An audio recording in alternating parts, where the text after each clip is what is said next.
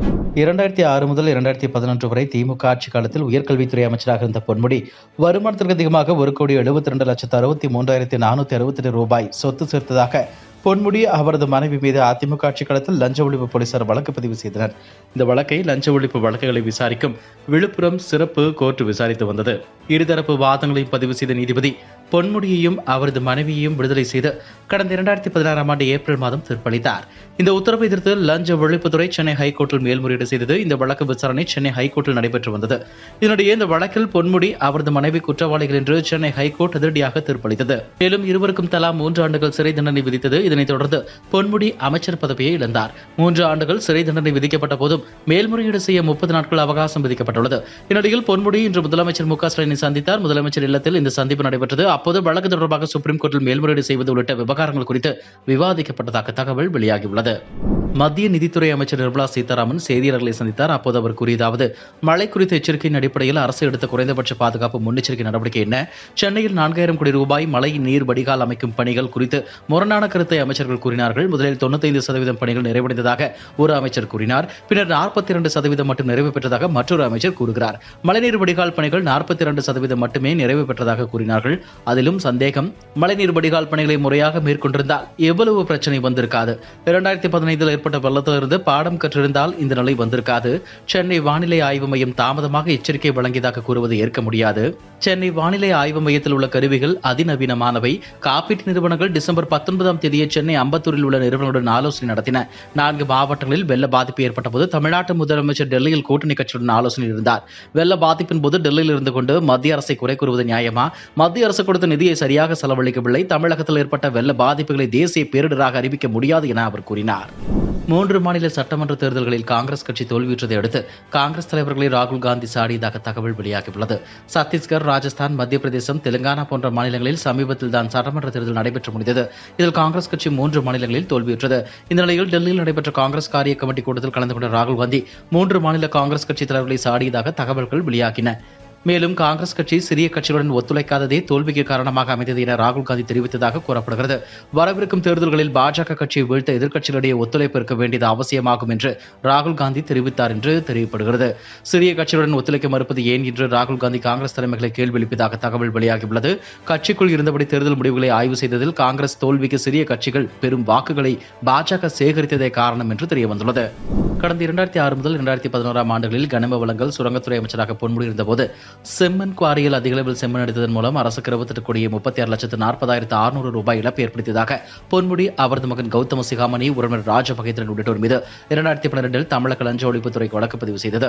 விழுப்புரம் மாவட்டம் நீதிமன்றத்தில் இந்த வழக்கு விசாரணையில் உள்ளது. செம்மண் முறைகேடு தொடர்பாக கிடைத்த பெருந்தொகை ஹவாலா பரிவர்த்தனைகள் மூலம் வெளிநாடுகளில் நிறுவனங்களில் முதலீடு செய்துள்ளதாகவும், சோதனையின் முடிவில் முக்கிய ஆவணங்களும் 13 லட்சம் ரூபாய் மதிப்பிலான பிரிட்டன் பவுண்டுகள் உட்பட 81,70,000 ரூபாயும் பறிமுதல் செய்யப்பட்டுள்ளதாகவும், 41,90,00,000 ரூபாய் வங்கி நிரந்தர வைப்பீடு முடக்கப்பட்டுள்ளதாகவும் அமலாக்கத்துறை தெரிவித்திருந்தது. இந்த வழக்கில் அமைச்சர் பொன்முடியின் மகனும் திமுக எம்பியுமான கௌதம சிகாமணி உட்பட 6 பேருக்கு எதிராக அமலாக்கத்துறை 90 பக்க குற்றப்பத்திரிகை தாக்கல் செய்யப்பட்டது. இந்த வழக்கு தொடர்பான குற்றச்சாட்டுகள் பதிவிற்கும் கௌதம சிகாமணி நேரில் ஆஜராகவில்லை. அப்போது அவர் தரப்பில் ஆஜரான வழக்கறிஞர் விசாரணை அடுத்த மாதம் தள்ளி வைக்க வேண்டும் என கூறினார். அப்போது நீதிபதி நீண்ட நாள் விசாரணை தள்ளி வைக்க முடியாது என தெரிவித்தார். பின்னர் விசாரணை ஜனவரி 4ஆம் தேதிக்கு தள்ளி வைத்த நீதிபதி அன்று குற்றச்சாட்டுகள் பதிவு செய்யப்படும் என தெரிவித்தார். குற்றச்சாட்டுகள் பதிவிற்கு குற்றம் சாட்டப்பட்ட அனைவரும் அன்றைய தினம் நேரில் ஆஜராக வேண்டும் என்பது குறிப்பிடத்தக்கது. தென் மாவட்டங்களில் மழை வெள்ளத்தால் பாதிக்கப்பட்ட பகுதிகளில் மீட்புப் பணிகள் நிறைவடைந்ததாக தலைமைச் செயலாளர் சிவதாஸ் மீனா தெரிவித்துள்ளார். இதுகுறித்து தலைமைச் செயலகத்தில் அளித்த பேட்டியில், தென் மாவட்டங்களில் அதிக கனமழையால் வெள்ளம் பாதித்த பகுதிகளில் இருந்து 49,707 பேர் மீட்கப்பட்டனர். இவர்கள் 67 முகாம்களில் 17,000க்கும் மேற்பட்டோர் உள்ளனர். 5 லட்சம் உணவுப் பொட்டலங்கள், 249 லோடு லாரிகளில் 1,200 மெட்ரிக் டன் நிவாரணப் பொருட்கள் மற்றும் 81 டன் உணவுப் பொருட்கள் ஹெலிகாப்டர் மூலம் வழங்கப்பட்டன. தென் மாவட்டங்களில் பால் விநியோகம் சீரானது. காவல்துறையில் 1,400 பேரும், ராணுவ, கடற்படை 167 என 3,400 பேர் மீட்புப் பணிகளில் ஈடுபட்டனர். 95% நியாய விலைக் கடைகள் சரிவு செய்யப்பட்டுள்ளன.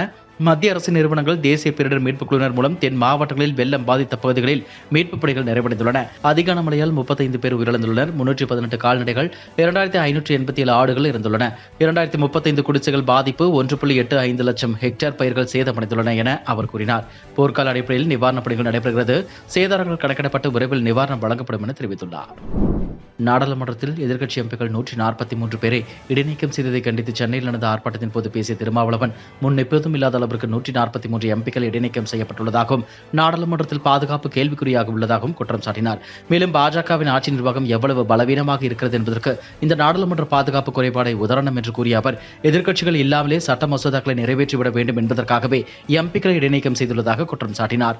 2024 மீண்டும் ஆட்சிக்கு வர மாட்டோம் என்ற பயம் பாஜகவிற்கு வந்துவிட்டதாகவும் அவர் கூறினார். தொடர்ந்து செய்தியாளர்களிடம் பேசிய அவர், மக்களவையில் பாதுகாப்பு குறித்து கேள்வி எழுப்பிய எம்பிக்களை இடைநீக்கம் செய்து ஜனநாயக படுகொலையை பாசிச பாஜக அரசு செய்துள்ளது. அமைச்சர் பதவியில் நீடிக்க தகுதியற்றவரான உள்துறை அமைச்சர் அமித்ஷா உடனடியாக பதவி விலக வேண்டும்.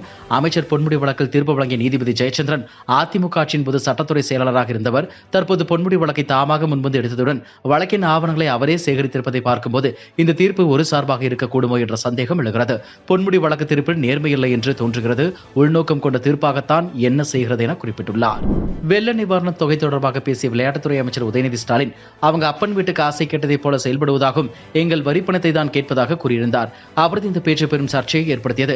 பாஜகவினரும் தக்க பதிலடி கொடுத்து வந்தனர். இந்த நிலையில் அமைச்சர் உதயநிதியின் இந்த பேச்சை குறித்து மத்திய நிதியமைச்சர் நிர்மலா சீதாராமன் பதிலடி கொடுத்துள்ளார். இது தொடர்பாக செய்தியாளர்களை சந்தித்த அவர், அவங்க பாஷை எப்போதும் அப்படித்தான், இப்படியெல்லாம் பேசுறவங்க அப்பன் வீட்டு சொத்தை வைத்தா இன்னைக்கு பதவியில் அனுபவிக்கிறாரான்னு கேட்க முடியுமா? மக்கள் பிரதிநிதிக்கு உரிய மரியாதையை கொடுக்கிறோம். அப்பன் வீடு என்ற பேச்செல்லாம் அரசியலில் நல்லது இல்லை. அவருடைய தாத்தா எப்படிப்பட்ட அறிஞர், பதவிக்கு ஏற்ற வார்த்தைகளில் நாக்கில் அளந்து வரணும். மக்கள் வெள்ளத்தால் பாதிக்கப்பட்ட போது முன் தவணையாக டிசம்பர் 12ஆம் தேதி 900 ரூபாய் கோடி மத்திய அரசு கொடுத்தது. அது எங்க அப்பன் சொத்து, உங்க அப்பன் சொத்துன்னு சொல்ல மாட்டேன். பொறுப்புள்ள பதவியில் இருப்பவர்கள் பொறுப்பை உணர்ந்து பேச வேண்டும் என கூறினார். இதுபோன்ற செய்திகளை மேலும் தெரிந்து கொள்ள எங்களது யூடியூப், ஃபேஸ்புக் மற்றும் ட்விட்டர் ஆப்களை சப்ஸ்கிரைப் செய்யவும்.